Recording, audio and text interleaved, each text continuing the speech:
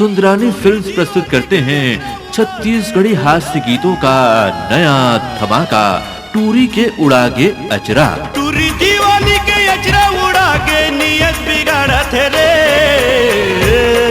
मोला पगला बनावत रे, मोला भैया बनावत रे, मोला नया ऑडियो वीडियो एल्बम टूरी के उड़ागे अचरा टेप कैसेट और वीडियो सीडी उपलब्ध है आपके नजदीक की दुकान में।